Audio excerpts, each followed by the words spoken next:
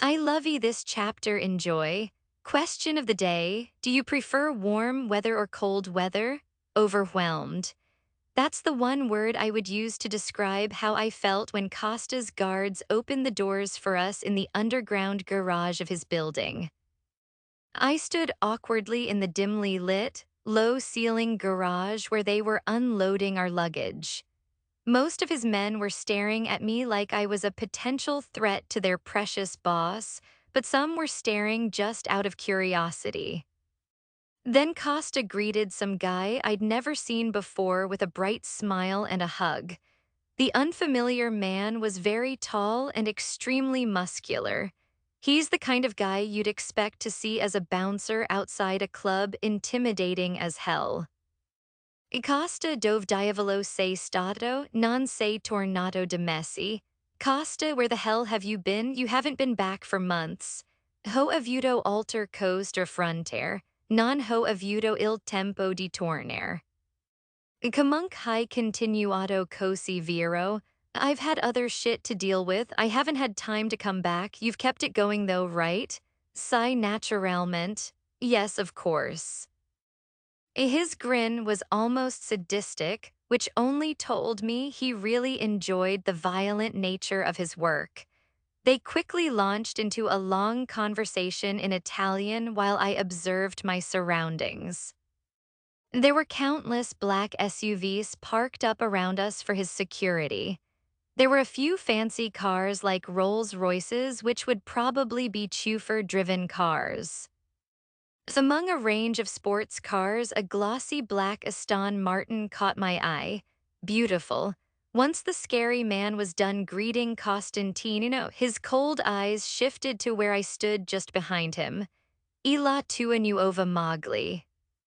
Is she's your new wife? Costa glanced back at me, releasing a throaty scoff. Yeah. On instinct, I narrowed my eyes at him, trying to keep up my cool facade. On the inside, I was feeling so out of place in his element, surrounded by all of his men. That's not to mention the scary guy looking at me. From what I understood, Costa had full control over the Sicilian Mafia's operations in New York. He was effectively the Don here, and I was completely at his mercy. Despite the hate-filled interaction between us, Costa reached out to take my hand, bringing me in closer to his side. Maybe he could sense how uncomfortable I was feeling. This is Luca, he's our enforcer. After Tristano and Rocco, he's the man I trust the most. Enforcer? I frowned, cautiously eyeing the man who was now grinning at me. I'm here to make sure people obey Costa. He's the boss after all. I didn't miss the teasing in his tone, which had Costa rolling his eyes. I am the boss, and I can have you killed on the spot, Luca. What did I say? He feigned shock, but his eyes sparkled with mischief. I'm merely letting your wife know that I'm here to remind people you're the top guy. No one messes with you when I'm around, right, boss? Whatever, I don't have time for this. Costa sighed, tugging on my hand. Let's go. He guided me towards the elevator. On the way, we passed Luca, who was grinning at me like a mischievous child.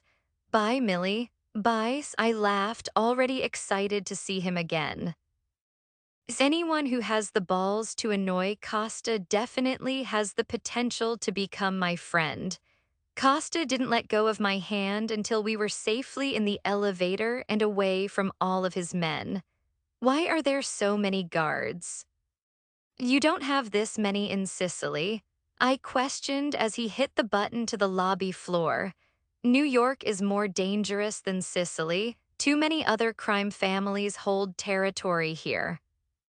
The fact my family was one of those reminded me that I'd be seeing them very soon. I actually hadn't told anyone I was coming, even when I called Julius to tell him about Kozlov's threat this morning. I thought it would be a nice surprise. I was excited for sure, but I was also nervous as hell. I hadn't seen any of them since the wedding and things didn't end well with my father. Plus, whether anyone likes it or not, I'm an Accardi now. My loyalty will be with my husband even when I'm visiting my family here in New York. That was something I knew would cause problems eventually. The elevator doors opening stopped that train of thought for the moment. I was instead mesmerized by the luxury penthouse I stepped into behind Costa. While I stood there gawking, he was already heading towards the main staircase in the middle of the open plan area. In the back of my mind, it was a reminder that I was stepping into his home as an outsider. Not his family's home this time, but his home. Are you coming? He didn't even bother to turn around when he threw that question over his shoulder. Then I had to scurry to catch up with him, meeting him at the top of the stairs. Your room is down there. The rest of these rooms belong to my brothers and the twins when they come here. He edged towards a set of double doors while pointing to a door all the way down the hallway in the opposite direction. My room? I frowned, noticing just how far away it was from his. Yeah. He was absolutely looking at me like I was insane for thinking we'd be sharing a room here. Oh, and you'll be in there. I pointed towards the double doors behind him like an idiot. This time he didn't reply. He chose to hold my stare for a few seconds, then he sighed. Come on. He begrudgingly led me into his bedroom, and once again I stopped by the door to admire it. His room was dark and masculine, definitely the kind of vibe I would have thought he'd choose. I guess since this is his own place and not his family's home, he can do whatever he wants with the decor. Every room in the house in Sicily followed a strict theme and decor. Costa immediately went over to a dresser and started removing his accessories. Meanwhile, I was still out of place figuring out what to do next. His room in his own penthouse was his personal space. I felt like I was intruding by being in there. Where is my luggage? In the other room. I'll have it moved tomorrow if you want. Bring 3 suitcases and a trunk in here just to invade his space and irritate him even more? No thanks. It's okay, Costa. I'll just sleep in there instead. I don't want to get in your way. He was busy unclipping his watch when he turned to frown at me, but he didn't say anything. So I took that as my cue to leave the room. Good night. I murmured, quickly scurrying out before he could say anything to make the situation any more awkward. As soon as I was out the room, I exhaled a breath of relief. Being around that man is suffocating, but sometimes in a weirdly good way. I promise that makes sense in some kind of screwed up way. He can take your entire attention in a matter of seconds. He has the power to make you want to be around him, to hang off his every word. He makes me feel safe even when he's often the reason I'm aggravated, to say the least. Since I had the room to myself, I decided to quickly unpack a few necessities and then take a much-needed shower after our flight. The hope was that it would help me to relax enough to fall asleep. It did help, but not enough to rid me of the images I dreamt about last night. The moment I closed my eyes in bed, I could see it all over again. I could see the basement. I could see Viktor Kozlov and his men. I could see his sadistic grin and the bloody knife he held as he told me all my family were dead, that Costa was dead. It replayed over and over in my head, no matter how many times I tried to shift my thoughts to something different. A sigh of frustration turned into a gasp when my door opened across the room. A tall figure approached my bed in the dark as I scrambled to the edge to turn on the lamp. It's just me, Millie. Acosta came around to my side of the bed, reaching for my hand before I could turn on the lamp. What are you doing here? What do you think? He muttered, pulling back the covers. Even though he could have easily gotten on the other side, I automatically shuffled down the bed to give him space. The scent of his cologne was the first thing I noticed, followed by the warmth and sense of safety he brought with him. Tomorrow we're sleeping in my room. He groaned, aggressively fluffing his pillow. Why? I scrunched up my nose, watching him struggle to get comfortable. My mattress is worth more than you, that's why. I wanted to believe his huff of annoyance wasn't because of my apparently crappy mattress, but deep down I knew it was. That also gave his act more weight.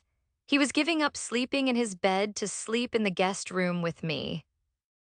Now that he'd settled down, Costa only nodded from his position inches away from me.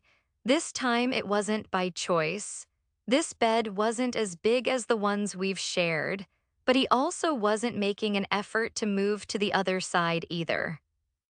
Go to sleep, he murmured, his own eyes drooping after our long night of traveling. And LT and LT and LT and LT and LT and LT and LT and GT and GT and GT and GT and GT and GT and GT.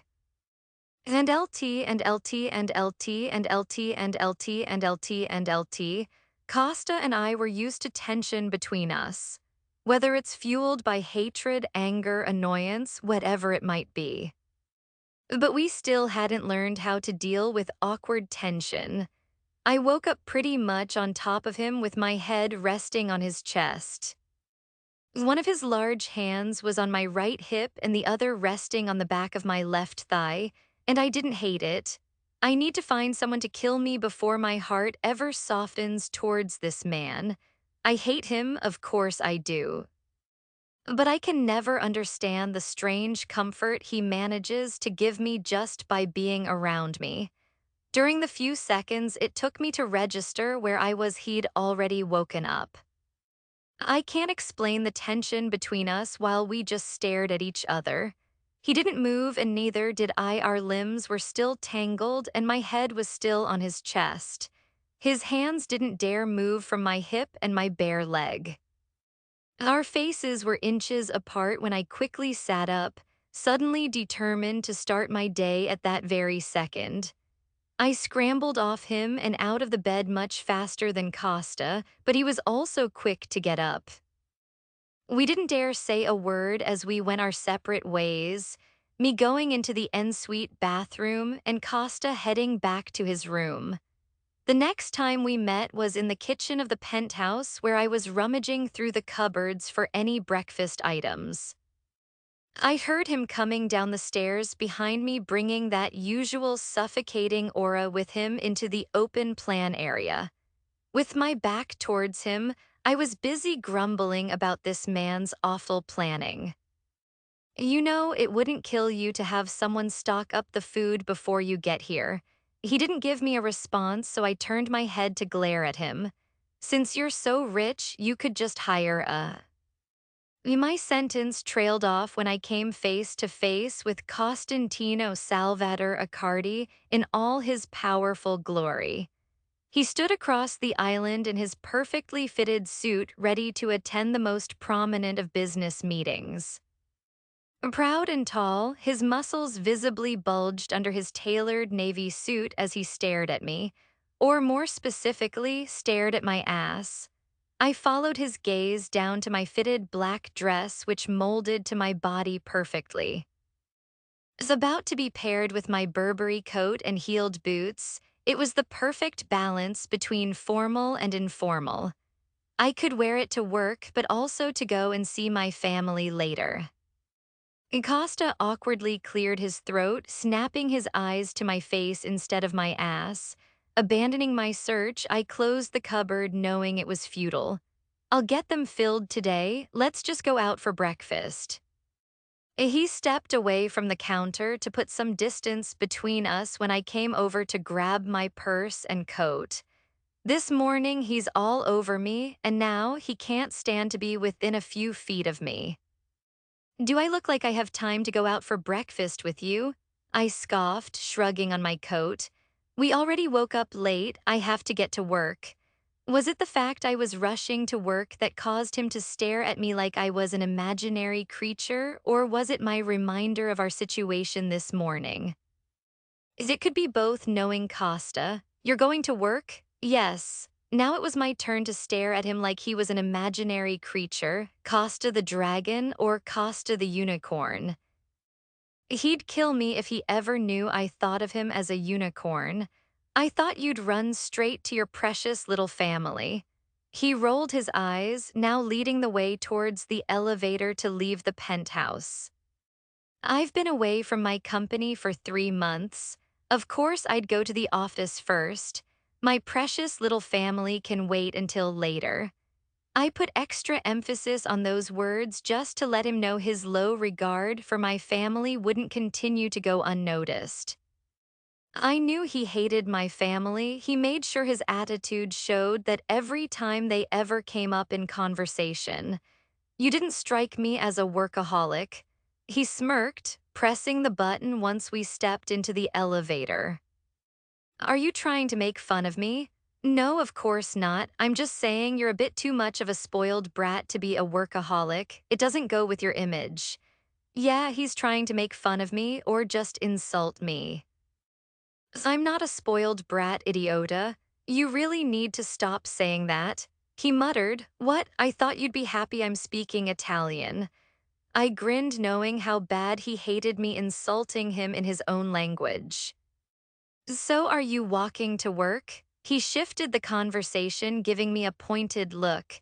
He knew he always had power over me, and this was the perfect example. No, I need one of your cars.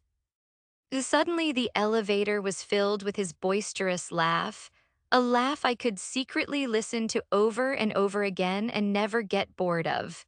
You're funny, Millie. He was still chuckling when the doors pinged open and he stepped into the same underground garage as last night. I'm being serious, Costa. I don't have my car or a driver. How am I supposed to get around? I had to sell my new car I gifted to myself for my 25th birthday when I thought I was moving to Sicily permanently. Walk, subway, cab, bus, he suggested. Costa. My tone, dripping with seriousness, forced him to come to a stop. His security were all working in the background to prepare the convoy that always followed him everywhere he goes. Yet he's okay with me taking the fucking subway. Let's get one thing straight. You will never, ever touch one of my cars. Well, I don't have mine because I was forced to move to fucking Sicily with you, and all of that was your fault in the first place. Considering where we were, Costa quickly stepped in closer to me. He lowered his voice, speaking through gritted teeth. We're not getting into that here. Then give me one of your cars. We both know you have too many to count anyway. I was just guessing, but a man like Costa would always have multiple cars available at any given time. I saw a few last night, but he also told me he spends a lot of time in New York. That means he'd definitely have some ready in this garage. He's just being a selfish idiota. Costa held my stare, his jaw clenched and his body extremely tense. I'll sort something out, just come with me today. Before I could reject the offer, he flashed me a warning look. Millie, fine. I sighed, pushing past him to head over to one of his cars in the garage. Since he hadn't chosen one yet, I took the opportunity to do it for him. My eyes lit up when they landed on the same glossy black Aston Martin I saw last night. Oh, hell no, he echoed. His voice actually echoed around us, he was that loud. What? I pouted my lips, only 2 steps closer to the car before Costa lost his shit. Back the fuck up. His eyes followed me carefully as I inched closer to the car that I know costs north of $100,000. I mean it, Millie. He's going to have a heart attack. Get the keys. I grinned, placing my manicured hand on the smooth door handle. The action had the desired effect. He glared fucking daggers at me. It didn't help that he'd just specifically said I'll never touch one of his cars. As if I had time, I'd definitely be that bitch and point out that I was currently touching his car. But I actually had to get to work, so I couldn't bask in my satisfaction. We're not taking the Aston Martin. Why?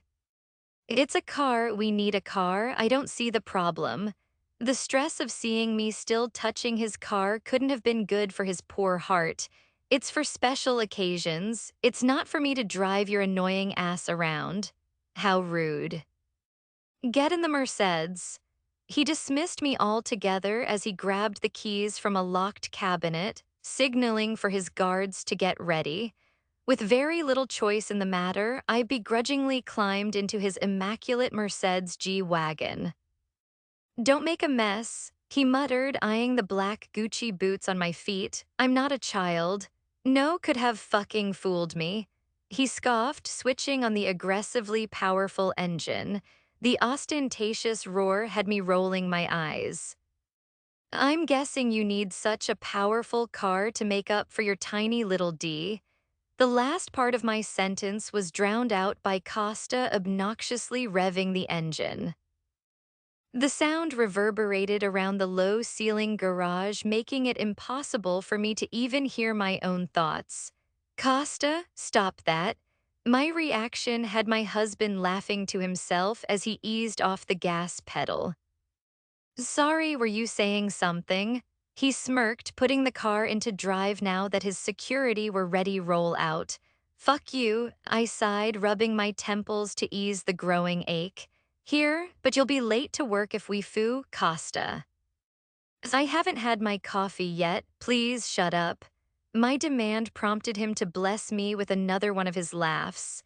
Okay, we'll call a truce, but only until we get you some coffee. The teasing grin on his lips had me shaking my head. I looked away to hide my own traitorous smile from him as he pulled out on the busy streets of New York. We drove for a few minutes before Costa signaled for his guards to pull up outside a Starbucks. We both stayed in the car waiting for one of his men to approach the window. Your order, senor? A double espresso and a croissant. A large cappuccino with whole milk, no sugar, and extra chocolate sprinkles. What do you want to eat? Costa turned to me expecting an answer, but I was too busy gaping at him in shock. You remember my order. I told him my order the day after we got married. He was on the phone to Rocco, and I asked him to deliver a Starbucks to me since we were in the middle of nowhere.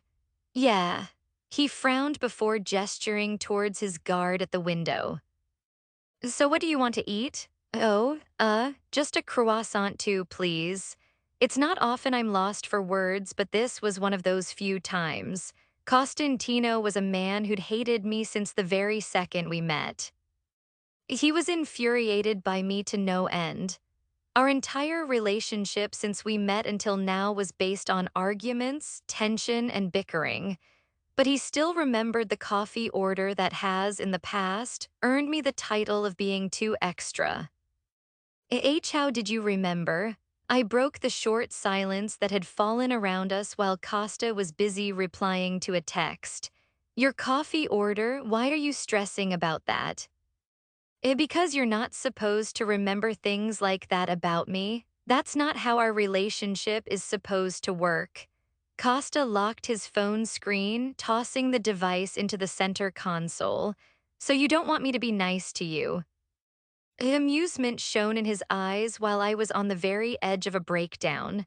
No, you're not supposed to be nice. So you want me to be mean? He rose an eyebrow at me, a smile tugging at his lips. It's not funny, Costa. If there is one certainty in this life, it's that you and I hate each other. It's staying that way forever.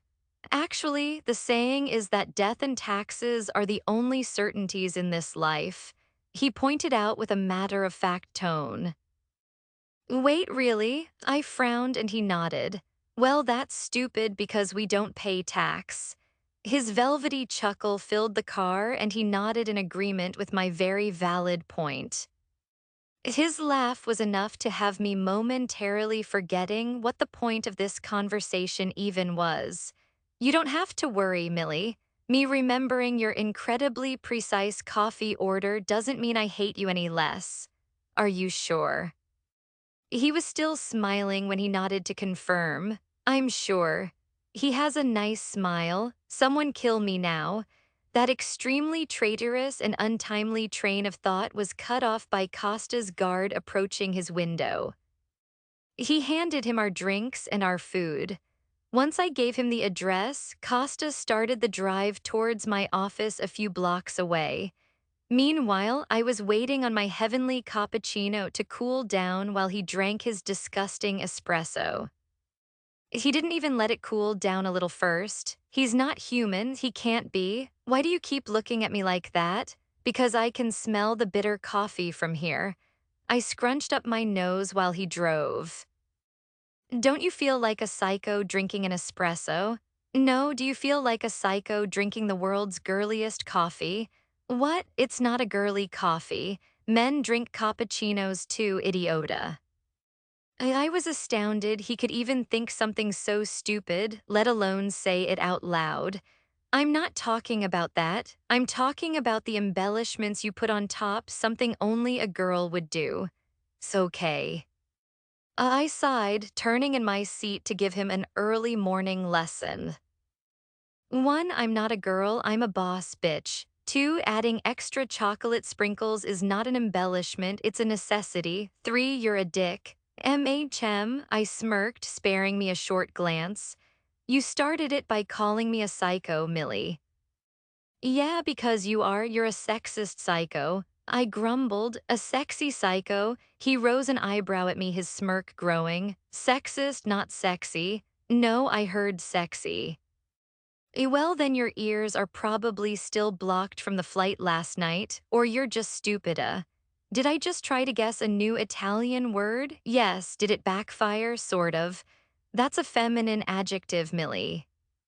He laughed, following his guards to the parking garage of my building.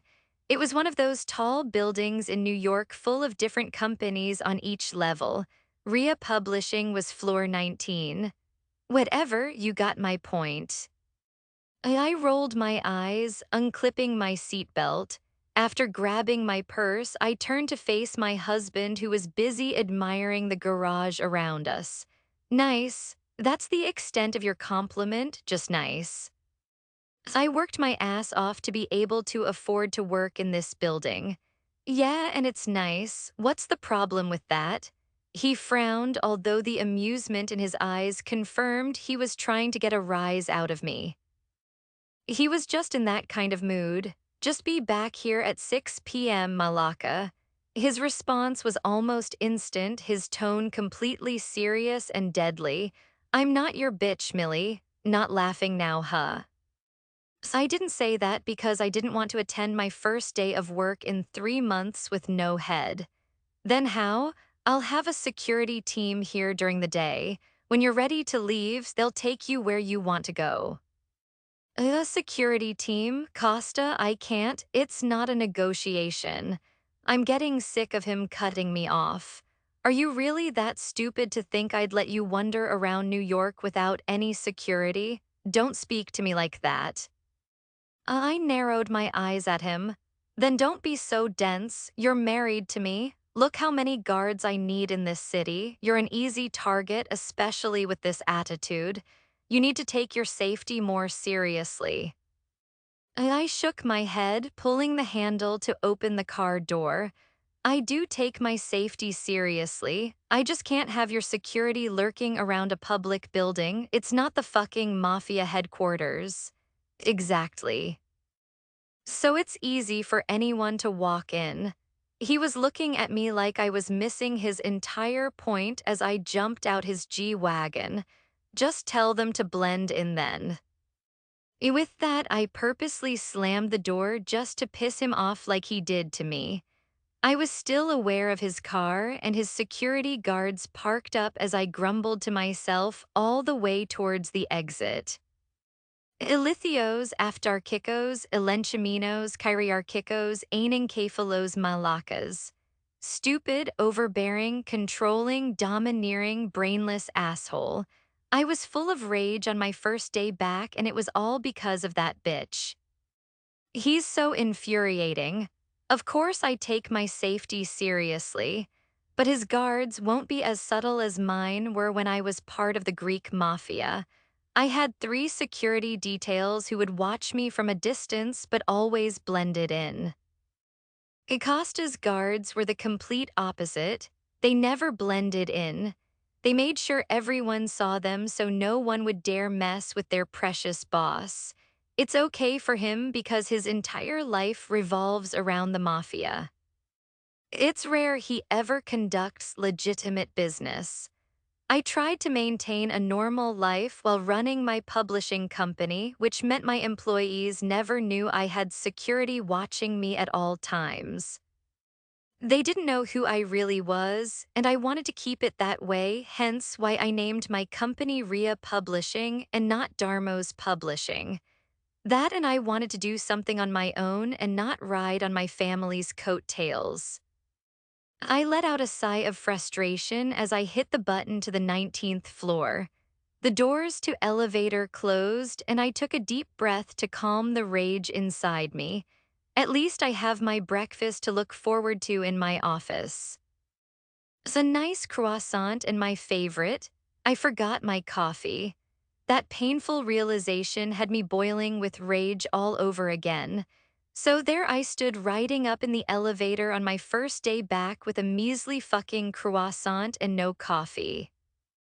I had an obnoxious security team watching me courtesy of my demanding new husband.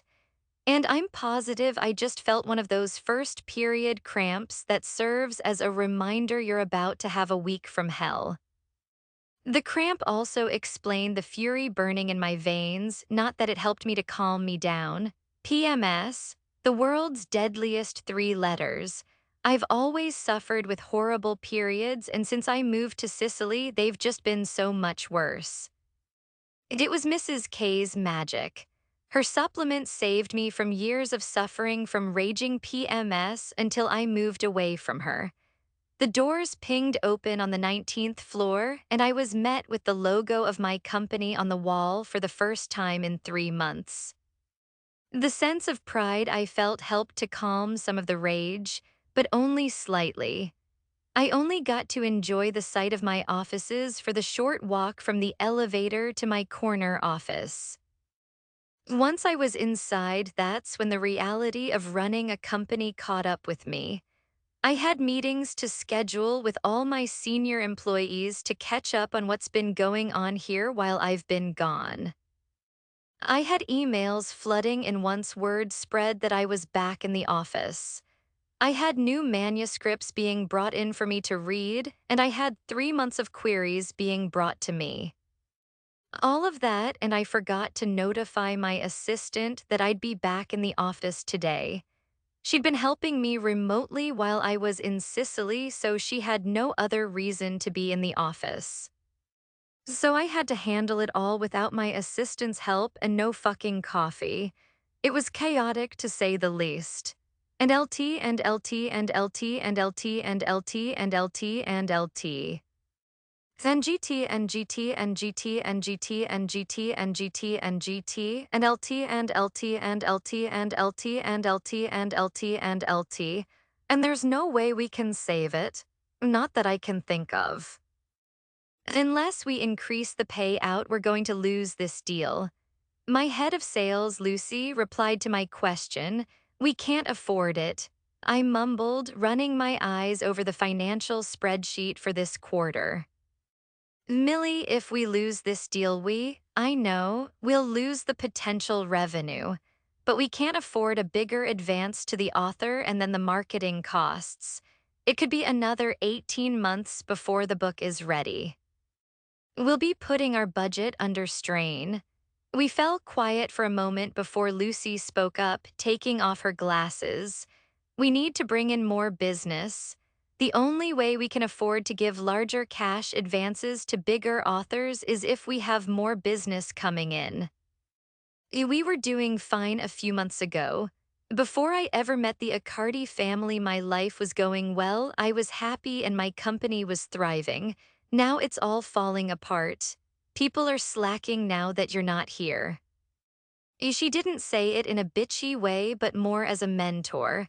Most of my directors and heads of departments were older than me, which meant they brought way more experience with them. I'm doing my best. I know. But unless you're going to visit the office more often, they're not going to pick up their pace. You're head of sales, can't you push the team harder? That's the whole point of having directors in the company. I don't need to micromanage every single team. I can do my best, but Millie, the authority needed in this company is missing. People are going to start thinking of next steps if this goes on for any longer. I always knew it was a possibility I could lose my hold over my company if I moved away.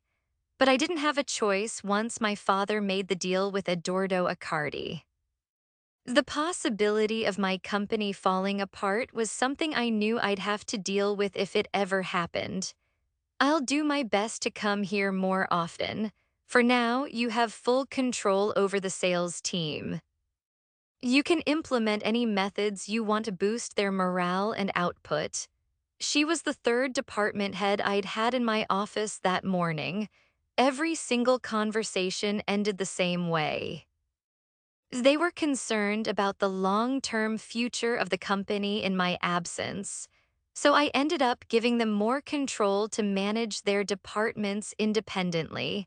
It didn't bode well for my future, that's for sure. Giving up so much control was a recipe for disaster. Okay, she nodded, standing to her feet. I'll draw up some plans and email them across for you to check. Okay. Can I help you? I frowned, sitting up a little in my chair at the sudden intrusion. Sai. He rushed over, placing a take-out container in front of me on the desk along with a large coffee cup. Grazy, who the hell was that? Shaking off the thought, I opened the food container to reveal 4 pancakes and a side of maple syrup, a berry compote, and Greek yogurt. The large coffee cup had a note stuck to the side with my name on. I pulled it off, unfolding the small piece of paper to reveal the single line. You forgot your coffee, idiota. I reread the note once and then twice. Bringing the coffee to my lips, I took a sip of the hot liquid.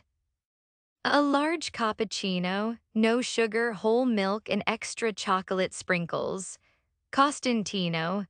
A slow smile spread across my face as sipped on my coffee again, feeling my frustration and stress slip away within seconds. And suddenly my day wasn't so bad anymore. He sent her breakfast and coffee, I can't.